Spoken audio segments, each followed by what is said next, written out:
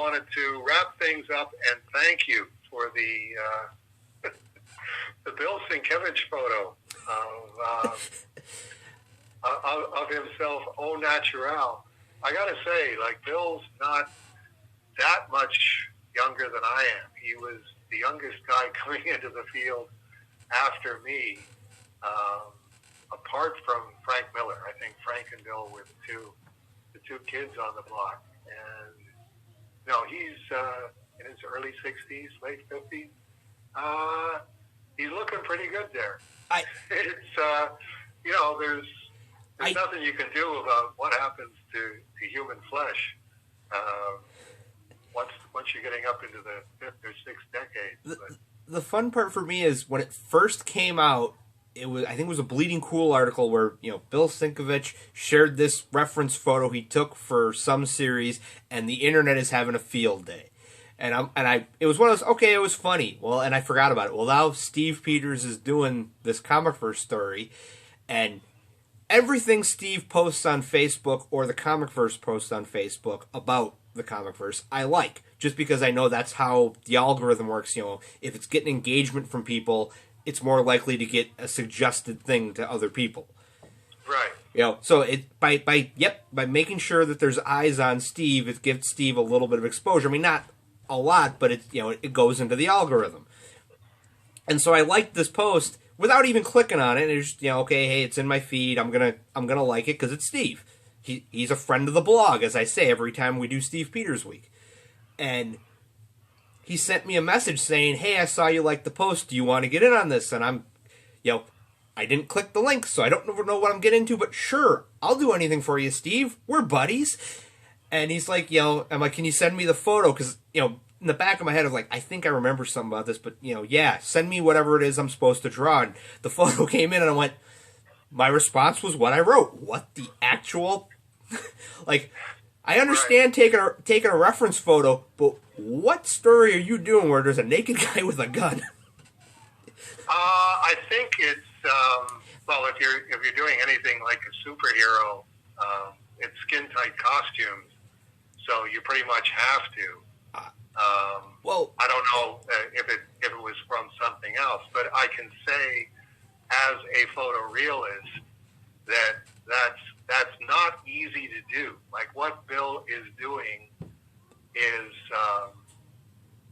first of all the lighting. The lighting is perfect for what he's doing. He knows exactly the effect that he wants to create, which is like building a pyramid composition and lighting it from above, and to get the shadow the way he's got it on his left hand, and to get the shadow on the gun, the hand holding the gun, and the forearm, and the bicep, and the shoulder exactly where it is, and the shadow coming down the rib cage.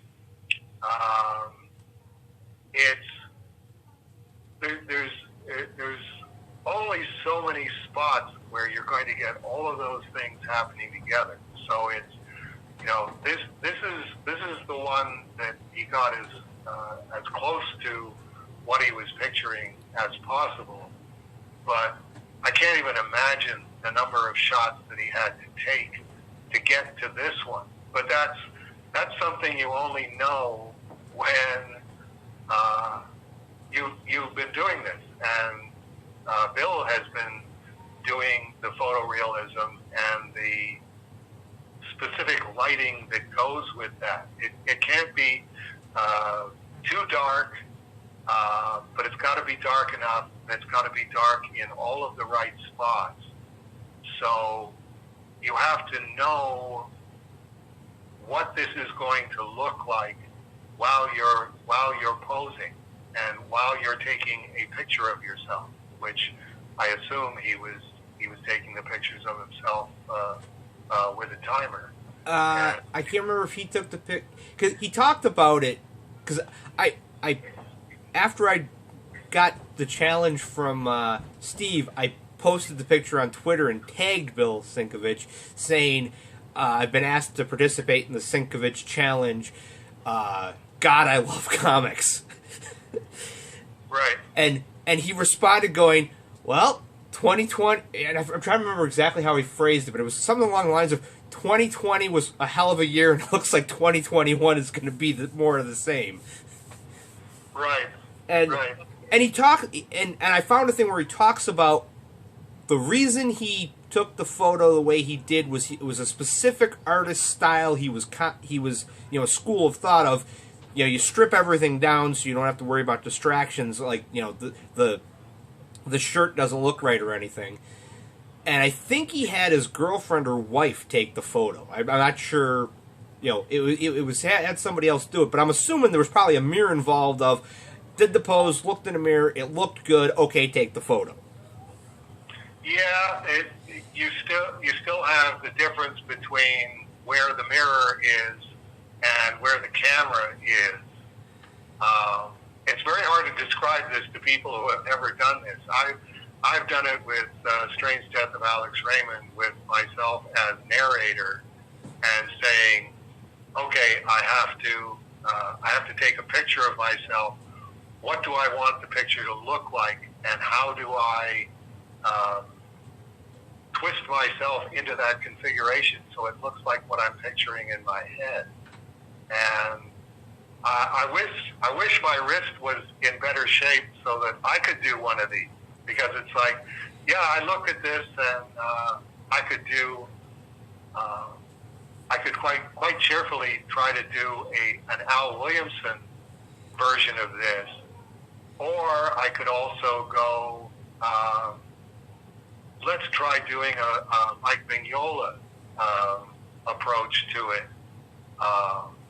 It would make a really nice Steranko drawing. All different thought processes to get to that point, and I wouldn't be happy with it because I'd be trying to make it look like somebody I don't draw as well as. It would make a great Neil Adams shot. I could cheerfully spend a whole afternoon just taking the facts photo and enlarging it to different sizes. Where's the ideal size for this in my eyes? And everybody's going to have a different perspective on that. What do I leave out? Apart from the obvious thing that I'm going to leave out, was the black rectangle on there everywhere on the internet? Or? Yeah, no, the black rectangle's on the original photo that Bill shared. Okay, all right. What I love is one of the pages that Steve just posted is, I forget which artist it is that did it, but they took this image and the drawing they did is Babe Ruth calling his shot. That would work. And I'm going that, I look at the original image and I looked at this and I'm like, this doesn't work. There's no way this works. And I'm looking at it and I'm going, it works. Like it it's not just the image that Bill took. You can use this for, cause that's one of the things that's on the internet is there's probably like 30 or 40 different artists that did, some of them just added funny text and word balloons and stuff, and other people went, no, let's take this image and actually try to use it as reference for something. Yeah, I mean, it's a credit to Bill Sienkiewicz's inherent brilliance that when he does stuff like this, it's like I was reasonably happy with most of the photos that I took of myself for Strange Death of Alex Raymond, but only reasonably happy. It wasn't something where I went, oh man, that's just perfect. That's exactly the curve that you want on the forearm. It's exactly the curve that you want on the bicep. It's exactly the way that you want the shoulder to be, like this completely separate shadow that's just perfectly formed exactly where it is, and dynamic. I mean, if you have that level of brilliance It doesn't matter whether you're taking a picture of yourself or doing a pencil drawing from it. You're going to inspire other people, other creative people, to go. I have to do this. I don't know why this makes me want to create and makes me want to participate. But well, there's only one Bill Sienkiewicz. There's only one guy who walked into Continuity Associates, cold call, and showed his portfolio to Neil Adams, and got the treatment that Neil Adams had gotten way back when from Elmer Wexler.